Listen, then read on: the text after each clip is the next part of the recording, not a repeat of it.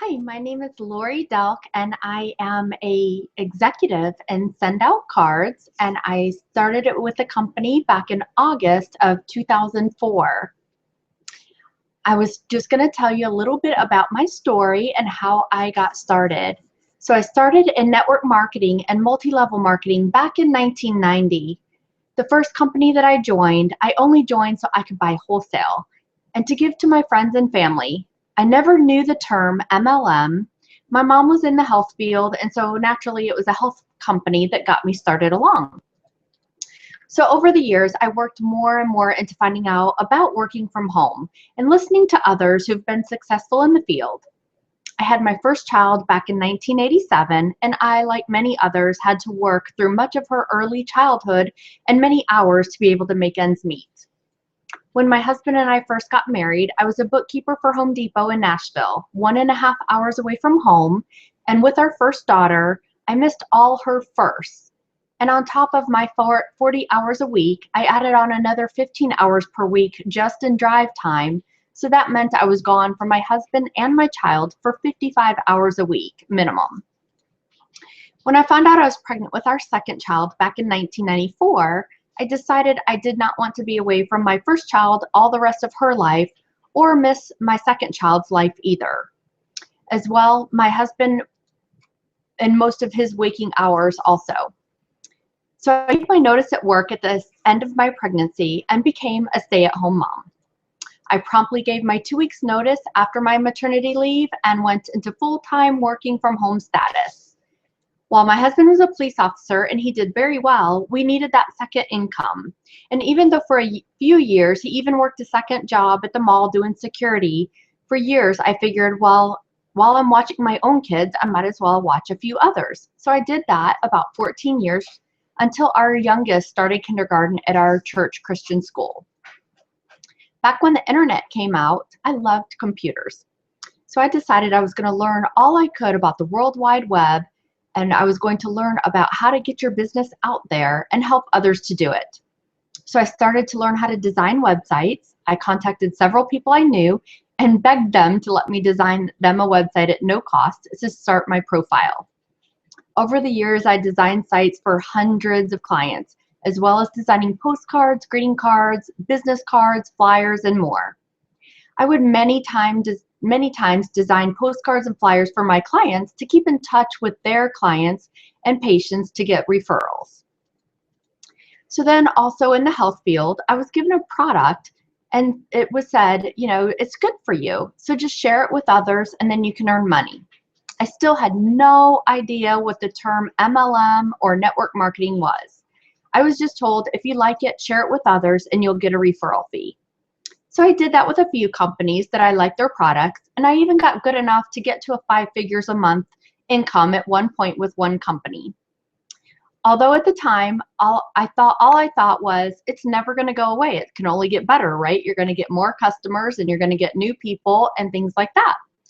So we had bought an expedition for me, which I later upgraded to an excursion. We bought my husband a brand new Mustang and a brand new Harley. It was great. My 2 oldest kids were in a Christian private school, and I had to drive them 45 miles from my driveway to the school's driveway every single day to have them in a great place. My kids had the best of the best in clothes, and we were doing very well. Then something happened. My husband started having back problems, which after many doctor and chiropractor visits and lots of tests, ended up with back surgery back in 2005 that did not go so well. And he had many issues after that, and although not on the job, so all the medical bills, surgery, therapy, etc., everything came out of our pockets. He was off work from 2005 in October till December of 2006, so it's about 14 months. And during that time, he had many different doctors and, of course, all bills, along with his surgery and therapy and more. So for me being able to work from home, I was able to go to all his doctor and therapy appointments with him, as well as be there for his surgery and then also be at home for our children without having to go out and have 3 to 4 jobs outside the home, taking me away from our family. If I had worked a basic 9-to-5 job, I probably would not have even made enough money for our family to survive without losing our cars and house. but I would probably have had to have a second or third job as well just to make ends meet. Instead, I was able to work from home and still be a wife to my husband as well as a mom to my kids. Things did get tighter than we were used to, and believe me, it was hard, but not as hard as if I was in a job where I was not able to work from home. After a while, my church locally started a school, so my kids were transferred to that school, and soon I started volunteer teaching at my kids' Christian school. During this time, that great MLM company, something happened and my income went away, or most of it anyway. Eventually, my husband had to leave the police department due to his back, and so I had to get a job so he would have insurance. I was lucky enough to find a real job where I could work from home and still have full benefits, including vacations and insurance, and still be able to teach my kids. But in that time, I had caught the MLM or network marketing bug and knew it was awesome, knew it was real, and knew if I did it once, I could do it again. I saw how it benefited our family and allowed my husband to not have to work 2 jobs to help to support us. So in 2004, I was contacted about send out cards, and I was told, hey, go here, log in with this, and send out a card and tell me what you think. I loved it, and it would allow me to do exactly what I was already doing for my clients, but online. And this company printed the cards and mailed them for me and my clients all at once. I didn't have to buy in bulk, and I could create custom cards at very reasonable rates. I had always sent out cards, all birthdays and anniversaries, and custom Christmas cards to my clients. My list got so big that I would send to all family as friends, as well as all past, present, and prospective clients, that in 2003, I had to put up our tree the day after Halloween to be able to take our family pictures in front of it and have time to create the card, put on all the mailing labels and all the stamps on them, and I would paste all the labels and stamps to a stack every single day, and we'd have them at our kitchen table covered and take them to the post office, a batch every single day. That year, my last batch went out on December 23rd, and my husband lovingly advised me, either do it and do it right or don't do it at all. The following August is when I was introduced to send out cards. I promptly joined at the lowest customer level, which at that time was $299. At that time, we had about 200 cards, blue or black ink, and custom cards were $50 each to get designed, no pictures, no gifts, none of the rest, no DVDs, no gift accounts, but I knew it was a great tool, so I started referring my business clients as well as some of my friends and family to the company. And well, the next 3 people I told about this great tool I found, they wanted to join up as distributors, and that was $7.99 at the time. So I had to call the company and ask if I could upgrade, so then I would get the referral fees on them instead of someone else. So I upgraded, and later we added the DVD option for $49, and then we added Picture Plus 1 for $99 and Picture Plus 2 for $99 to be able to do custom cards. And the company was upgrading us and taking us to better ways to work and touch others' lives with happiness. I was able to design the custom cards for each of them for their business and help them excel in their business, which of course helped me excel in my business at the same time. One of my main slogans has always been, I send out happiness to others and I get paid to do it. So how great is that? I heard a story once, you could become one of the top leaders with lots and lots of hard work and many hours. And that is how I got there at the beginning. I worked tons and tons. But I knew if I could just make it, we could rest and travel later, just like some of the other leaders. I did it once before, and I knew I could do it again. And I did make it to executive and send out cards pretty quickly. Then I had several years of mind control with my husband's medical issues that put a major financial strain on our marriage and our family. It was really hard to look at your bills and wonder how you're going to keep the lights on, feed the kids, and still think positive when your checking account says 0. As well as we had to let the Harley go, we sold the Mustang, we did keep my truck because it was big enough for the family, and luckily we were able to keep our house. But I had much of that noise in my mind of how I didn't deserve all that rich, fancy stuff. I mean, we didn't really need it anyway, right? And people that had it just blew their money, which I always saw is why not doing something great with it? Even though those people that do great things with it that have the money, I just didn't see it back then. But I had many people tell me also, I lost it once, so I would again, or it was a scam, I wouldn't make it. But then I saw our company, and I saw our company was so different. Our CEO is so different, and the heart of our company. And they knew, but they would still tell me I wouldn't make it. Different people and normal folks like us don't make that kind of money.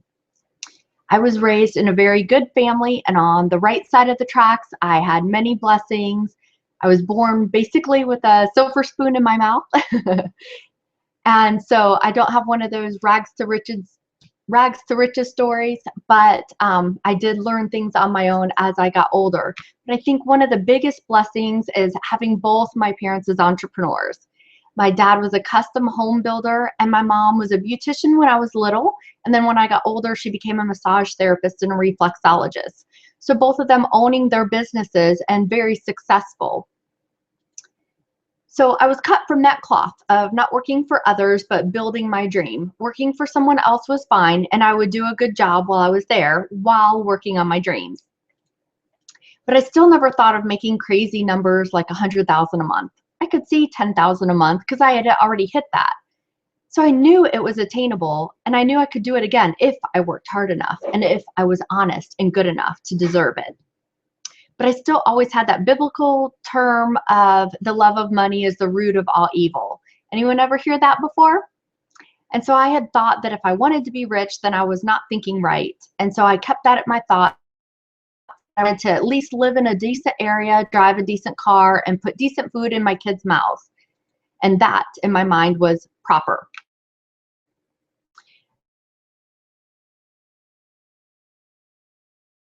Way then, Cody told me that I had to have 25 people in the room for him to be flat. For and Super Stave flew out to the first Treat 'em Right seminar in Tennessee back in October of 2004. My rule was then, and still is, to go to every convention and every executive retreat, which I've been to every single one that the company's had. And then also to every Treat 'em Right seminar or other corporate event within a 10-hour drive from me. And I've been to every single one except for one, and that was only because a tree fell on our house the night before, so I had to stay home and take care of some things. Cody talked about all these I ams and positive thinking, and I was always into positive thinking. My mom taught me that. I knew the power of thoughts, although, I'm a Virgo and I'm a perfectionist, and I was always a very self-critical thinker. I had no problems of puffing others up and encouraging them, but not myself. And the I ams, I just had too many issues with. In my Christian faith, if you said, I am a millionaire and you're not, then you're sinning because you're lying, right? And so then one day I talked to another pastor friend and I asked him about it, and he told me a few things. Like Mark 11:24. Therefore I say unto you, whatsoever ye desire when ye pray, believe that ye receive them, and ye shall have them. Or Matthew 21:22. And all things whatsoever ye shall ask in prayer, believing ye shall receive. And Philippians 4:8.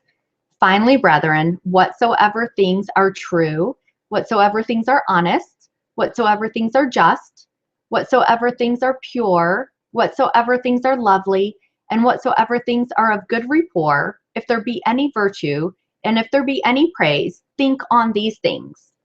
So God tells us we are to ask, we are to think, and we're to believe as if we've already received, just like Cody's I ams, right? And we are to think of good and positive thoughts. So Cody taught me a lot more about personal development, and also that I needed to read from other successful people. So after that, I started reading more and more books. And every time I heard someone talk about a good book, I would order it from Amazon and I would add it to my stack. I've tried to read a book a week for over the last 10 years, every single week. And now, mind you, remember before I told you how busy I was, and I did not have time to read books a lot, but I would read whenever I could. I started making my own I ams, and I put them on index cards and propped them up on my keyboard at home. And since I worked from home most of the time, I had a bigger list on my notepad, and I would have that open and I'd read like 5 of them every hour. And I printed them out also out on paper and taped them to my bathroom mirrors and to my refrigerator. So I started to change how I looked at myself, and this proved to be the most challenging part for me. Believing and knowing that I can do anything, it was very hard for me in my mind.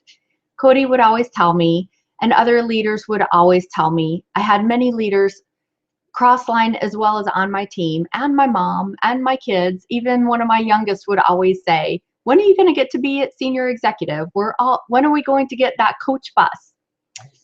And my gratitude and accountability partner, Catherine Asaro Myers. So what many of my team members cheering me on have also helped me and inspired me and to believe in me that I could do it and that I was worth it. And so, of course, you can get to senior manager all by yourself, all your hard work and your efforts. But to get to executive, senior executive, and Eagle, you cannot get there on your own, no matter how hard you work. It takes a team, and your team has to help you and push you there. So I'm so grateful and so thankful for all my team members and customers that have helped me to realize my true freedom and my potential to be able to become senior executive and to achieve the financial aspect of so many of my dreams.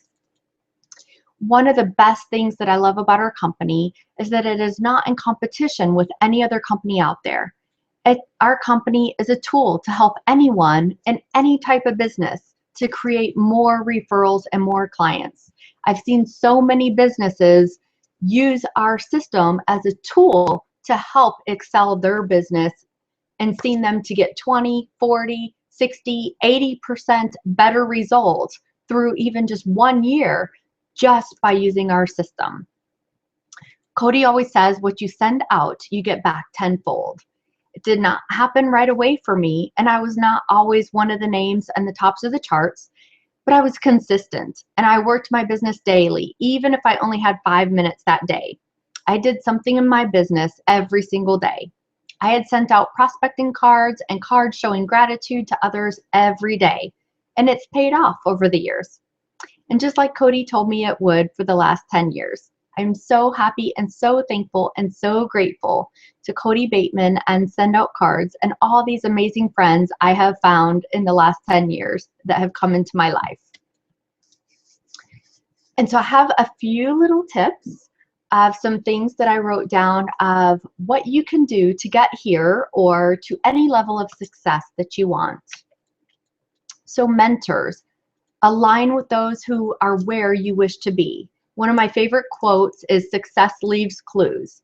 They say that you will be in an average of your 5 closest friends. Now this might sound harsh, and of course you should never be rude or arrogant or prideful. But if your friends you're hanging out with the most are at your level financially or lower, you need to stay friends with them, but not hang out with them as much. Instead, find some other leaders to hang out with. Find where your company events are and be there early and leave late. Get pictures, talk with other leaders, read books from others who are successful and positive thinking, business success, etc. Turn off your TV and radio. What you think about, you bring about. Remember that song, be careful little eyes, what you see. Be careful little ears, what you hear. What you see on the news and in the movies where something bad happens, that's going into your mind, and it's only putting in things in your mind. You should only be putting things into your mind that are good for you to think about. If you have to know what's going on in the world, go to one of those websites where you can read the headlines of what you think you need to know and forget the rest. Remember that Y2K thing, how many people freaked out and fretted about it, and then it never happened, right? So don't worry. Focus on the positives, and you'll attract more of the same. Find mentors that you can relate with that are successful. For me, I did not drink and did not cuss and have a very humble spirit, or at least try to. So other leaders that were successful, that were more prideful or drank or cussed, that I felt like I couldn't learn from, and that's okay. And if you do those things, that's your business. It's totally, between you and God or whatever you believe. This is not a teaching seminar on what's right or wrong or anything like that. But the great thing about the world is you can align yourself with other successful people that still believe and think along the same lines as you, and or those that are going to be the ones that you're going to connect with the best. And so think right. The law of attraction is real whether you want to believe it or not. What you focus on expands, period. It's very hard when you don't have enough month at the end of the money and you're worried about getting food for your kids or paying the bills. It's hard to focus on wealth at that time. So set a time and a place each month to pay your bills and worry for a few minutes if you have to.